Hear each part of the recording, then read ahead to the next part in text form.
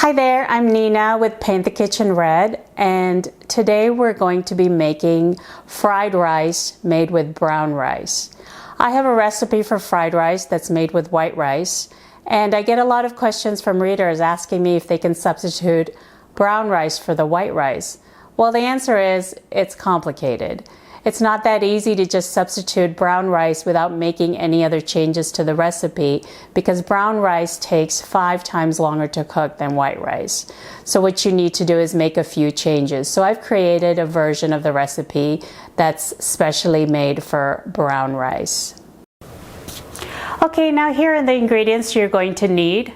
1.5 cups of brown rice, 1 tablespoon of vegetable oil, 1/2 cup of onion, 2 teaspoons ginger, 1 tablespoon garlic, 1/2 teaspoon sesame oil, 3 tablespoons soy sauce, 1 tablespoon oyster sauce, 1/4 teaspoon black pepper, 1 1/4 cups of water, 1.5 cups of frozen vegetables that are thawed, and some green onions to garnish. Heat the Instant Pot in saute mode. Once the Instant Pot is hot, add the oil. Once the oil is hot, add the onions, and you're going to saute the onions until they're translucent. At this point, you can press cancel. The remaining couple of ingredients are going to cook on the residual heat.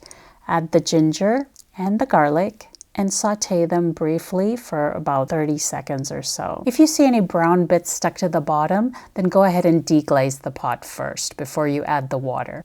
Add water, soy sauce, oyster sauce, sesame oil, black pepper. Stir all the seasonings together, and then add the rinsed brown rice.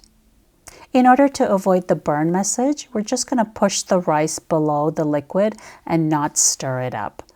Close the lid and pressure cook the rice for 25 minutes on high pressure. Do a 10-minute natural release. What that means is once the pressure cooking is done, you'll wait for 10 minutes and then release any remaining pressure. Stir up the rice using a fork or a rice paddle. I like to use the rice paddle that comes with some of the Instant Pot models.